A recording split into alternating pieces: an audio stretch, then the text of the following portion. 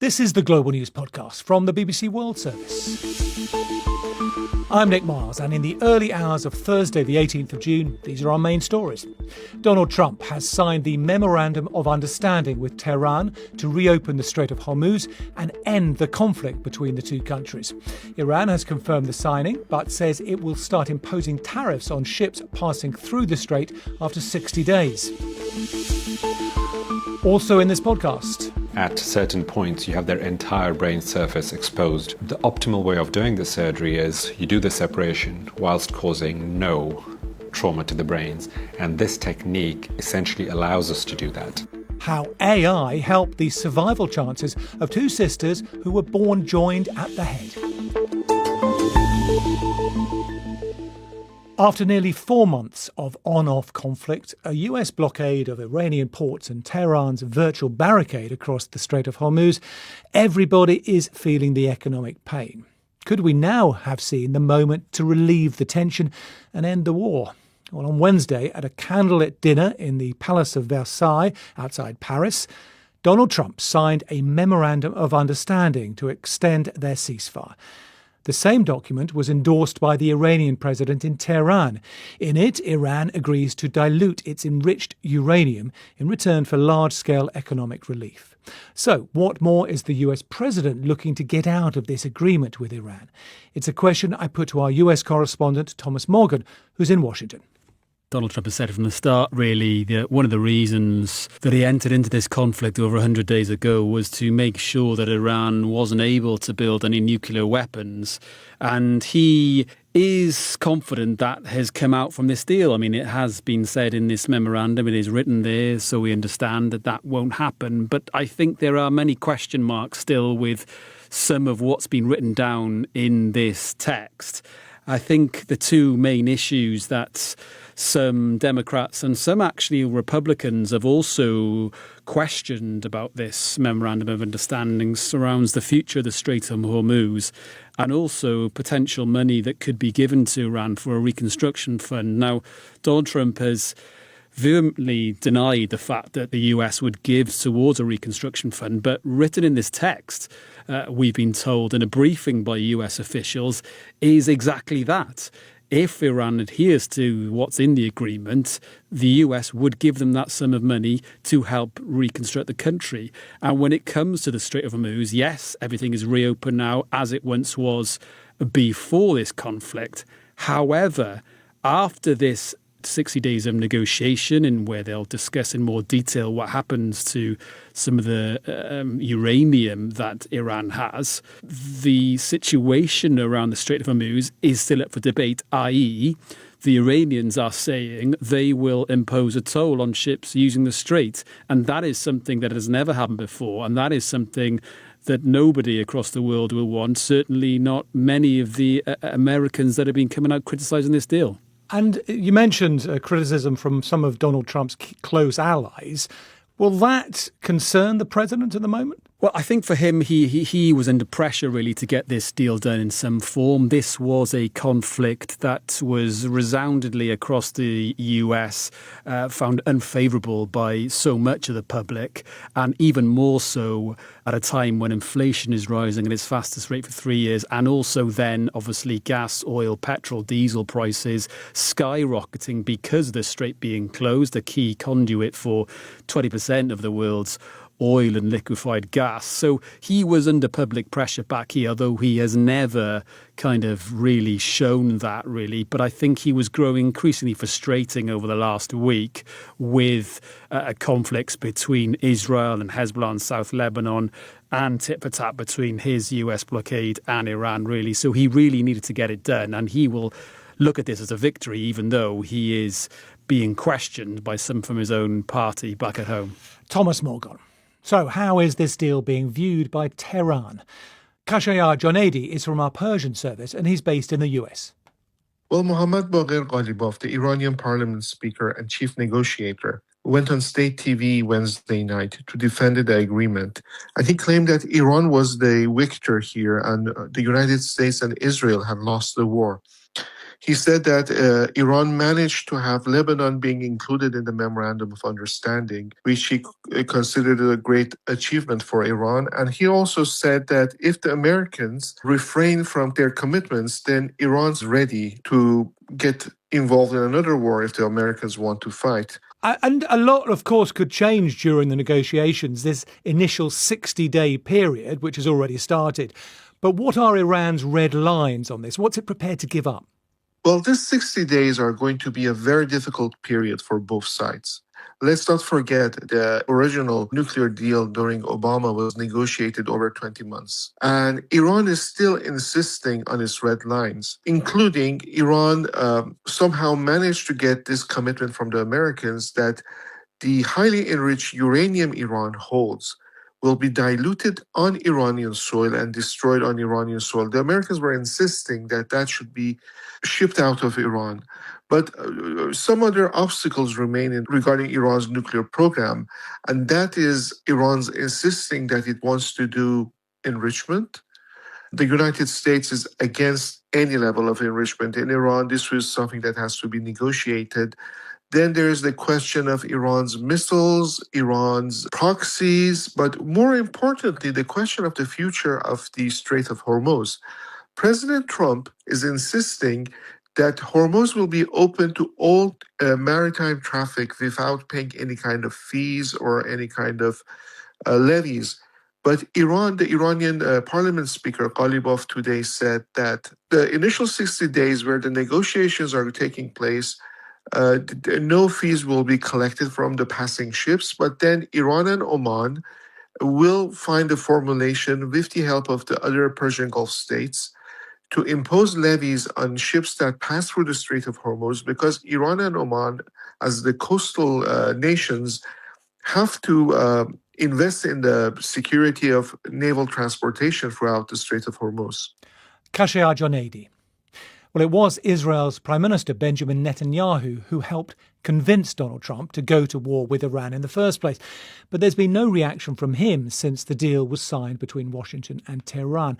Part of the agreement calls for an end to military operations on all fronts, including in Lebanon, and that is causing concern amongst many Israelis. From Jerusalem, here's Lucy Williamson. Israel's conflict with Hezbollah in Lebanon could test the US ceasefire with Iran and the US-Israeli alliance. Donald Trump agreed to end this conflict and to respect Lebanon's territorial integrity, but Israeli strikes and Israeli occupation continued, with 5 Israeli soldiers injured in Hezbollah drone attacks. Donald Trump has frequently insulted and humiliated Netanyahu, saying he does what he's told. But Israelis from the far right to the liberal left say on this he shouldn't. I think that Netanyahu should do exactly what he wants to do and not be harassed by Donald Trump. We would like to protect our country from other terror activities. Netanyahu has no choice. He is not able to give Trump everything he wants, because we have to stay living here. We have to survive. Israel's UN ambassador, a close ally of Netanyahu, has described the ceasefire deal as very bad for Israel. And both Netanyahu's political rivals and allies are piling on the pressure, calling on him to defy Donald Trump and continue fighting Hezbollah. We must destroy Hezbollah army capacity before anyone tells us that there is a ceasefire. We will have to protect ourselves. They still attacked us. They still build capacity to attack us. And that's something we cannot live quietly with. Benjamin Netanyahu is still insisting that the war with Iran was a success, boosting Israeli power and weakening Iran, even as his critics list the ways Iran has emerged stronger from this conflict. And both his political rivals and his allies point to the rift in the American alliance that was touted as stronger than ever just months ago. Israel's Prime Minister has staked his political future on this war. The US and Iran will now begin negotiations over Iran's nuclear program. Netanyahu will want to influence those discussions. With his hotline to Washington gone cold, he'll be looking for a way to do it. Lucy Williamson.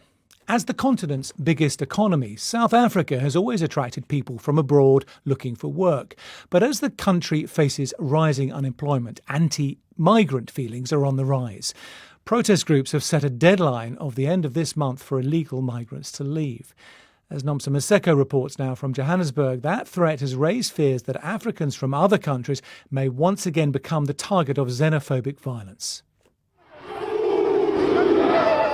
Migrants are once again in the spotlight in South Africa. A chilling deadline has emerged from ongoing protests who want irregular migrants out of the country by the end of June. They must go back to their countries. Jacinta Ngobese Zuma is the leader of the March and March movement. And the thing that makes it like this, for them to keep playing the victim card, is because everyone wants to treat them like victims. The minute they come in here, they come with babies on their backs, and then everyone forgets that South Africans has its own babies that it needs to take care of. They have children, they must take care of those children in their own countries. What would happen next is unclear. But in preparation for the ominous June 30th deadline, Ghana, Malawi, Zimbabwe, Nigeria and Mozambique have cumulatively repatriated around 2,000 of their citizens. But many African nationals who are still in the country feel the clock is ticking. We're given papers. I have my own document that recognizes my refugee status in South Africa. I have my card and my document, but all of us are still being chased away. The children are afraid. We are asking for help. There is no respect. When you pass by here, you're insulted. The children are insulted, even at school. The ongoing protests have been largely peaceful, but violence, especially around informal settlements, simmers. At the end of May, the government of Mozambique said 5 of its citizens died in xenophobic violence in the Western Cape. South Africa's International Relations Minister Ronald Lamola disputed that number.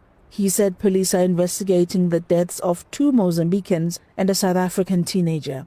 For many South Africans, the anger is at boiling point. They feel unheard in a country with unemployment at 32% and increasing economic inequality. For some, the anger can boil over into what appears to be blind xenophobia. Where are you from? DRC. So what are you doing here? Because we've been calling for you guys to leave the country. In a video which has been widely shared on social media, protest leader Nkosikhona Ndabandaba, popularly known as Phakile Mthakathi, who has more than 1 million online followers, approaches a Congolese man standing by the roadside. Just listen to us. We are saying this peacefully. Please go to your country. 30 June is the deadline, but it's not like you must leave on the 30th of June. Yes. Leave now, because the 30th of June, I can't control people of South Africa. Under pressure to act, President Cyril Ramaphosa has announced a new strategy to manage migration. We're going to increase the penalties, including imprisonment, for employers who continue employing undocumented foreign nationals whom they exploit. We are taking further measures to secure our borders, and we are continuing the crackdown on officials who sell documents, facilitate unlawful entry. As the 30th June deadline looms, for many migrants in the country, it feels like a fresh wave of violence could be coming. Unless the root problems are tackled, the temptation to blame the neighbour is likely to return. Nomsa Maseko reporting. Still to come in this podcast. 2 post pits tell me about the whole community, how they were thinking, how they were revering the heavens. Archaeologists believe they've discovered a much older version of Stonehenge.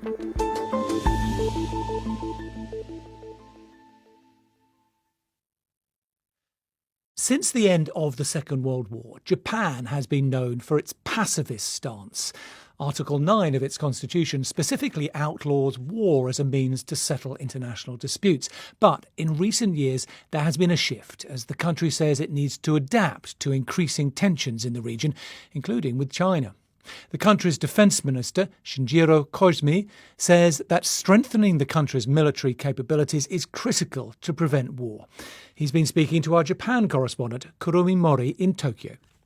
I sat down with Defense Minister Koizumi at his office hours ago in Tokyo, and he stressed to me several times over the interview just how critical, how important it is for Japan to ramp up its defense capabilities to prevent conflict and not provoke it. So this is not Japan trying to enter anything. It is, he says, to defend itself, especially given the security environment that has changed dramatically in the past 80 years since the end of the Second World War. The ministry issues an annual white paper, and it still calls China its greatest strategic challenge. I just want to point out that up until a few years ago, it was North Korea. So I asked him whether he was concerned about a possible military conflict with China. Japan must first strengthen its own defense capabilities, reinforce its alliance with the United States, and expand collaboration with like-minded countries. Building multi-layered deterrence is critical to ensure that no new war breaks out in this region. Now, a lot of countries are increasing their spending on defence, and Japan's been doing likewise, hasn't it? Absolutely, yeah. Japan has a goal of upping their defense spending to now 2% of its GDP. Minister Koizumi had said that defense-related spending in this fiscal year through next March 2027 would total 10.6 billion yen. That basically means it's approaching that 2% target, more in line with other Western countries. But the newer bit I think we should be paying attention to actually is the April change that Prime Minister Sanai Takaichi announced about the change in policy of governing defense exports, basically eliminating restrictions on sales of lethal weapons and other defense equipment to Japan's closest security partners that it has agreements with. So the defense minister spoke to me about the recent changes in this decades-old ban. We can now transfer defense equipment overseas. Australia has selected Japanese warships. Discussions are underway with the Philippines for used destroyers from Japan's Maritime Self-Defense Force. We are in deep talks with Indonesia, and New Zealand has also showed interest in acquiring Japanese destroyers. And briefly, Kurumi, what does the public make of this? Is it split on whether or not it should be more militarized? Yeah, Article 9 is a key point that everybody is talking about, because on one hand, you have a lot of people who saw the bad effects of the war and want to keep the identity of the pacifist constitution. On the other hand, other people are seeing reasons about the changing environment and the necessity for upping defense. Kurumi Mori. 3-year-old twins, Mercy and Goodness, are at home and able to watch each other as they play together. But that wasn't always possible because the girls from Nigeria were born conjoined at the head. They were separated after a long surgical procedure with the help of AI technology that blends the physical world with interactive 3D graphics. The BBC's Ruby Gleeson spent time with the surgeon who carried out the high-risk operation to separate the twins in Abu Dhabi. Originally from Nigeria, twin girls Mercy and Goodness were born conjoined by the head, a rare and life-threatening condition.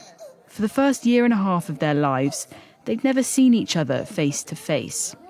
But that all changed when they were separated last January with the help of cutting-edge AI. Led by paediatric neurosurgeon Professor Awais Jalani from Great Ormond Street Hospital. I spent time with him as he prepared for the final stage of the operation. Mercy and Goodness is what we classify as a total vertical craniopagus, which essentially means they are longitudinal. The head's joint top on and their feet are away from each other. So it's quite a complex way of being conjoint. So what you then do is you do the separation of the brain and the blood vessels, then you try and expand the skin, and once you feel you have enough expansion, then you do the separation. So, where does the AI come in? The technology that we have now, the augmented reality, mixed reality technology, it really takes it to the next level where you don't have to do a lot of that 3D processing in your head. It is done for you, and you can have those 3D images either suspended in space or superimposed onto the children that you're operating. It just makes your understanding of the whole anatomy and the problem so much more accurate. When you're doing the separation of conjoined twins, at certain points you have their entire brain surface exposed on the surgical table, and the potential for causing injury to the brain is there, and we've had that with our previous cases. The optimal way of doing the surgery is you do the separation whilst causing no trauma to the brains, and this technique essentially allows us to do that. From the start, we've called Goodness Twin 1 and Mercy Twin 2, correct? Months of planning, every move choreographed. You see them taking the plates out, that's it. Yeah, the screws coming off. And then, at last, it happens. Happy? Sign out? Mercy and Goodness, after 19 months of life together, finally separated. Okay, well done. I'm so happy. 6 months on, and the girls are on a long road to recovery. It's not been without complications, but the family are living a life that once seemed impossible. Before, they're conjoined, they can't be able to crawl, they can't be able to sit, they can't be able to stand up by themselves. But now I thank God, they walk without supporting, walking by themselves. You can see how happy they are, can't you? Yeah, very happy, very, very happy. The way they are looking at you, they're really happy. Ruby Gleason reporting. Russian drivers are feeling the effects of a shortage of fuel for their vehicles as a result of the war with Ukraine. Drone attacks on both refineries and tankers have reduced availability. Well, Kyiv also appears to be disrupting Russian supplies in Crimea, a Ukrainian region annexed by Moscow 12 years ago. Stephanie Baker of Bloomberg is the author of Punishing Putin Inside the Global Economic War to Bring Down Russia. She told Sean Lay how bad the shortages are in Crimea. I think it is bad. The recent strikes are increasingly focused on the broader logistics network in Crimea rather than just military assets. So the Ukrainian drone campaign has struck multiple roads, bridges, depots, and fuel tankers and trucks moving through that land corridor between Russia and Crimea. That has resulted in severe fuel shortages. Reports that people need to get a QR code from the government app Max in order to be able to buy fuel with long waiting lines.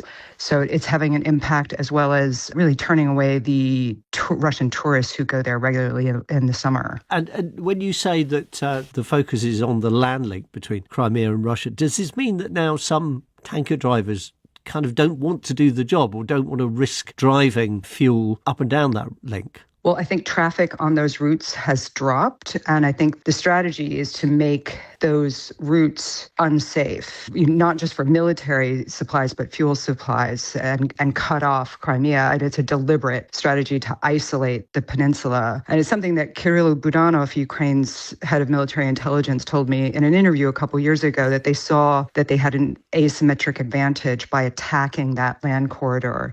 And I think now they've been able to do it more systematically because of the growth of Ukrainian drone production and capabilities. And it is having an impact and forcing Dmitry Peskov, the Kremlin spokesman, to try to dismiss the reports of fuel shortages. He's blamed it on panic buying, but the reports on social media are very real. And the vulnerability of Crimea, is that really geographical as much as anything else, or has Russia in a sense neglected to protect a part of Ukraine which it annexed more than a decade ago now? It's mostly down to the geography and the fact that it doesn't have oil production or refining capacity itself. So it's quite easy to isolate the peninsula. Of course, there have been fuel shortages reported across Russia in other regions. Russia has imposed a gasoline export ban through the summer because of those shortages. And that really stems from Ukrainian drone strikes on Russian refineries across the country.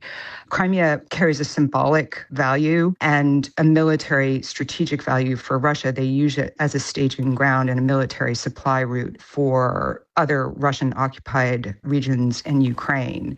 So I think they view that as important to undermine Russia's campaign elsewhere in eastern Ukraine. Some of the international pressure on Russia over its oil exports has eased a little as a result of the Iranian war, as countries in Europe and the United States, for example, want to keep oil exports flowing. But domestic supply for Russians themselves, if that's starting to become a weakness, how vulnerable does that make the kind of war effort in Russia? I mean, it's quite stark because Russia is one of the largest oil producers and the world is now reportedly planning on importing gasoline this summer. So I think it really does bring home the costs of this war to the Russian people, that this is causing a huge amount of disruption and hitting their economy, that they should not be having to block gasoline exports because of the shortages and the problems that they're experiencing at refineries. So, I think it's definitely having an impact and potentially undermining Putin's ability to sustain the war. Stephanie Baker. The 93 standing stones at Stonehenge, the Neolithic site in southern England, draw in thousands of tourists and a fair few pagans from around the world. But what came before the ancient megaliths were dragged into place? Well, archaeologists believe that they've discovered an earlier version of Stonehenge about 5 kilometres away from the famous site. Here's our science editor, Rebecca Morell. Stonehenge was built to mark the movements of the sun. The huge stones were placed precisely to line up with the sunrise on the summer solstice and sunset on the winter solstice. The discovery in the nearby village of Bulford was a much more simple construction. All that's left of it are 2 pits in the ground, about 120 metres apart, which archaeologists believe held large wooden posts. The holes were discovered about 10 years ago, but a new analysis examining how the posts were positioned with a reconstruction of the ancient landscape, sky and horizon reveals that they accurately lined up with the sun on the solstices. Phil Harding from Wessex Archaeology discovered the holes. 2 post pits tell me more about the people 5,000 years ago. This tells me about the whole community. This tells me about how they were thinking, how they were behaving, how they were revering the heavens and how important all that was. It tells them so much more about Neolithic society. It's not something you can hold in your hand, but it really is a find. Artefacts found near the pits, including pottery, flint tools and animal bone, suggest prehistoric people gathered at the site in the same way as they later did at Stonehenge. Rebecca Morell. And that's all from us for now. If you want to get in touch, you can email us at globalpodcast@bbc.co.uk. You can also find us on X at BBC World Service. Use the hashtag GlobalNewsPod. And don't forget our sister podcast, The Global Story, which goes in depth and beyond the headlines on one big story. This edition of the Global News Podcast was mixed by Johnny Baker and produced by Stephen Jensen and Wendy Urquhart. The editor is Karen Martin. I'm Nick Miles, and until next time, goodbye.